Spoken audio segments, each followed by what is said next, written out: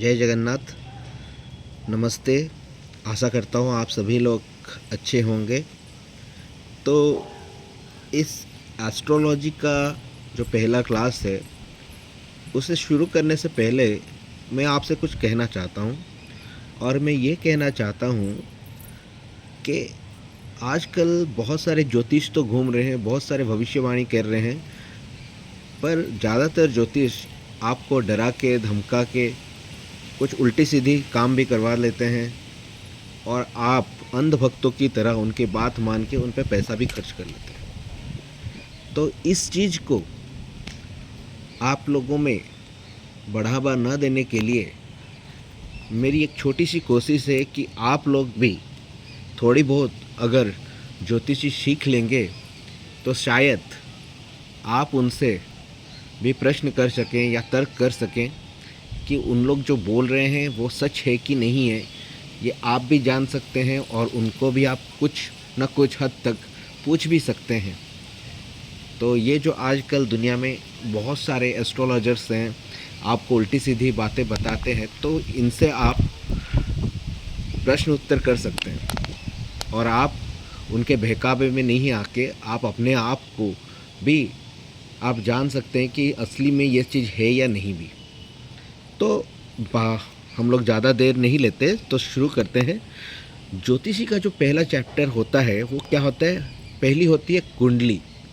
तो जैसे कि यहाँ पे मैंने लिखा है, आप लोग देख चुके होंगे कुंडली क्या है या जन्म कुंडली क्या है।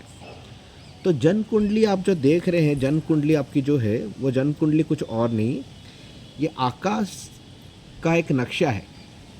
ये जो हमारे सौर मंडल है ना, ये आकाश, तो उसका जस्ट एक नक्शा है।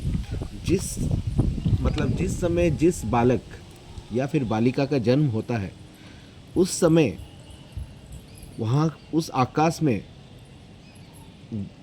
ग्रह की स्थिति क्या है या फिर ग्रह कहाँ पे है, किस जगह पे है, उस चीज़ को हम लोग एक छोटे से कागज़ पे उसको ड्राइंग करने की या उसको लिखने की कोशिश करते हैं, जिसको हम लोग नक्शा कहते हैं या फिर मैप, जिसे आप लोग इंग्लिश में मैप भी कहते हैं। तो उसका एक मैप बना देते हैं, तो उसे ही हम लोग जन्म कुंडली कहते हैं। तो जन्म कुंडली में दरअसल अक्षर 12 खाने मतलब ये जो आप देख रहे हैं ना, इसको खाना कहते हैं। ओके, जिसे हम लोग ज्योतिष के भाषा में इसको भाव कहते हैं। जैसे कि हम लोग हमारा शुरू होता है, यहाँ पे देखिए, पहला जो होता है वो होता है प्रथम, द्वितीय, तृतीय, चतुर्थ, पंचम, षष्ठ, सप्तम, अष्टम, नवम, दसम, एकादश, द्वादश। ये जो 12 हैं ये 12 भाव होता है। ओके, और ये जो 12 भाव होता है ना, आपकी घड़ी की जस्ट उल्टी दिशा में इसको गिना जाता है, यानी एंटी क्लॉकवाइज इसको हम लोग गिनते हैं। कैसे देखिए, 1 2 3 4 5 6 7 8 9 10 11 12। ओके, तो ये 12 भाव है। इसको हम लोग पहले ज्योतिषी जानने से पहले ये जो हम लोग नक्शा बनाते हैं तो इसी को बनाते हैं, और इसी में आपके जन्म के अनुसार कौन सा ग्रह किस जगह पे है तो उसको हम लोग बनाते हैं। ओके, तो उस ग्रह के हिसाब से आपकी राशि कौन सी है, तो राशि हम लोग उस हिसाब से लिखते हैं और इस हिसाब से गिनते हैं। और आपको एक चीज़ आप लोग नोट करके रख लीजिएगा, जन्म कुंडली में हमेशा जो भाव होते हैं ना, वो जो भाव रहते हैं वो हमेशा समान रहते हैं। सिर्फ राशियों की नंबर के हिसाब से हम लोग उसको गिनते हैं। ओके, तो आपकी अगर मेष राशि है तो मेष राशि का जो नंबर होता है वो 1 होता है, तो हम लोग यहाँ पे 1 लिखेंगे। या फिर वृष है तो वृष यहाँ पे 2 लिखेंगे। तो उस हिसाब से हम लोग उसको गिनते हैं, लेकिन भाव जो रहता है वो उसी जगह पे रहता है। तो भाव पे हम लोग अपना, आप जो देख रहे हैं ये जो भाव रहता है ये समान रहता है। ओके, कौन सा भाव कौन सा नंबर का है तो इसे हम धीरे धीरे सीखेंगे। तो पहले आप लोग ये जान लीजिए कि ये जो राशि क्या, ये भाव क्या है और इसके जो नंबर क्या हैं, ये सब आप जान लीजिए। तो ज्योतिष शास्त्र में दरअसल हम लोग की 12 राशियाँ होती है। ओके, 12 राशियाँ होती हैं ज्योतिष में, इसीलिए हम लोग 12 भाव यहाँ पे। और जो भी हमारे पूर्वज थे, ऋषि मुनि थे, वो हमारे इस आकाश को या फिर सौर मंडल को 360 डिग्री के हिसाब से, ओके, इस आकाश को उन लोग 360 डिग्री में लेते थे और 360 डिग्री को उन लोग क्या करते, ये 12 राशियों में भाग कर देते थे, यानी डिवाइड कर देते थे।